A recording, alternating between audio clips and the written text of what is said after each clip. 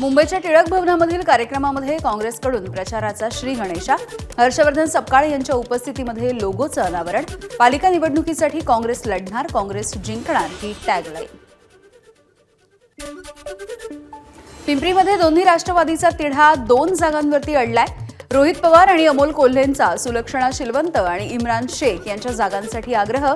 2 जागा मिळवण्यासाठी अजित पवारांच्या समोर ठेवल्या अटी. कोल्हापूरमध्ये प्रभाग क्रमांक 20 मधील नागरिकांचा निवडणुकीवरती बहिष्कार टाकण्याचा निर्णय. साई मंदिर ते नवीन वाशी नाका या परिसरामधला रस्ता आणि नागरी सुविधा देण्याची आश्वासनं अपूर्ण राहिल्याची नागरिकांची तक्रार. गोंदियाच्या देवरीमध्ये शेतकऱ्यांची उपविभागीय कार्यालयावरती धडक. रब्बी हंगामाच्या धान पिकासाठी शिरपूर जलाशयामधील पाणी सोडण्याची मागणी.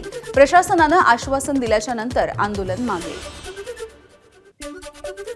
यवतमाळमध्ये रिओ एज्युकेशन कंपनीला 4 लाखांचा दंड.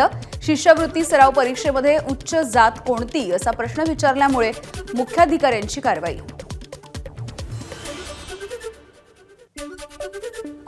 बीडच्या परळीमध्ये वैद्यनाथाच्या दर्शनासाठी भाविकांची मोठी गर्दी. सलगच्या सुट्ट्यांमुळे भाविक मोठ्या संख्येनं दर्शनासाठी दाखल.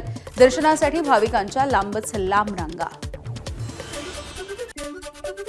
कोल्हापूरमध्ये अंबाबाईच्या दर्शनाला देखील भाविकांची अलोट गर्दी. दररोज 1 ते 1.5 लाख भाविक देवीचं दर्शन घेत आहेत. सलगच्या सुट्ट्या आणि सरत्या वर्षाला निरोप देत असताना देवीचं दर्शन.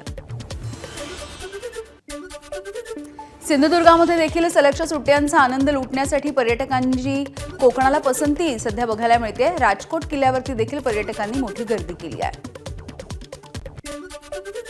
14 वर्षांचा भारतीय युवा क्रिकेटर वैभव सूर्यवंशीला राष्ट्रीय बाल पुरस्कार.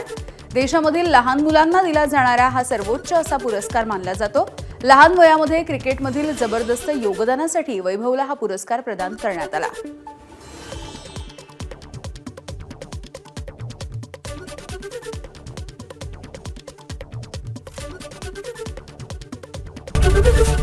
एबीपी माझा, उघडा डोळे बघा नीट.